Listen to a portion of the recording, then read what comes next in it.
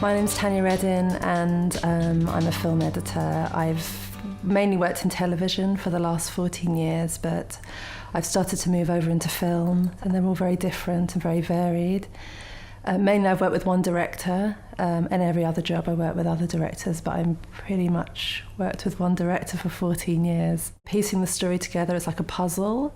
Quite often, sometimes it's very clear when you receive the rushes and when you read the script, and sometimes you know that it's going to need a lot of work to make it work, basically. So I really like that mind work. There is the aspects of the job that I find really difficult, and I think I will always find difficult, which is it's quite lonely and you're in a room. There's not a lot of light sometimes. I've worked on films where you actually have to have the blinds down because the film's very dark, and so that is really challenging, but I think the end result always feels worth it.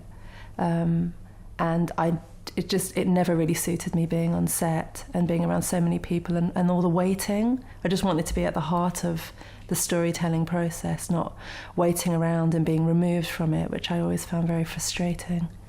I think you need to be very observant. I think you need to understand story and character, and in a way there's a writing element. You don't necessarily have to be good at writing, you don't necessarily have to be great at rewriting dialogue for ADR and things like that, but I think there is that element. I think you have to be patient and sympathetic, actually, to the fact that the people you're working with have put a hell of a lot of time and effort into creating a film. When working on Avid, it just felt very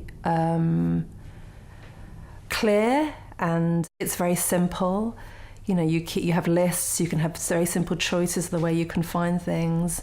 And seeing your edit on a timeline, it's so much quicker to work the way we work now than it used to be. And obviously there are loads of pluses to that. You can try anything out very, very quickly.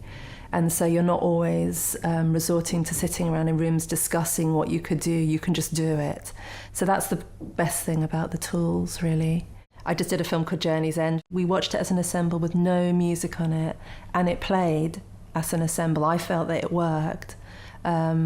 And then music only went in when it was really earned. And I think that's really important.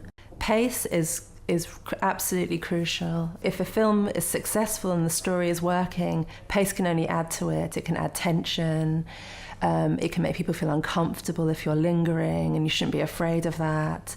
It can give moments air. It can give the audience time to reflect on what they feel and emotionally how they're feeling.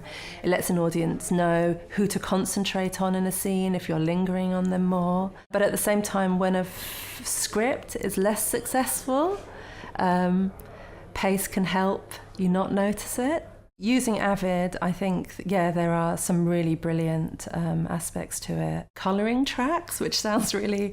I never used to do that. For years I worked without colouring my tracks, and now I have all my dialogue a certain colour and all my effects a certain colour, and so it's actually really satisfying to look at. If an assistant asked me how to make the jump to editor, I'd say... Well, first of all, it's good to be an assistant, I think. It's good to learn the technicalities of it, understand the cutting room, understand how it works, understand the dynamic of the cutting room. But actually, I always edited. I've always edited. And I don't mean I was editing film or particularly prestigious TV, but I always edited promos. I was working on kids' kind of schools television for Channel 4. They used to do Channel 4 schools. I did corporate videos. What I'd also say to an assistant editor is to be passionate. I understand that it's really important to get paid well and not feel that you're being worked too hard. But I just think that if you get an opportunity to do something like someone asks you to do a promo, put in the hours and get in early and be passionate about it, because so often I work with assistants and I'm putting in a lot more hours and being a lot more passionate than they are, and they're younger than me and don't have families yet, and yet I'm in at 6 a.m. to finish a promo that they haven't finished, and I've left my 2 kids in bed. And I think that sometimes you have to push yourself just a bit, not all the time to the point where you're feeling like you're being taken advantage of, but I think it's good to push yourself, and then people will notice you.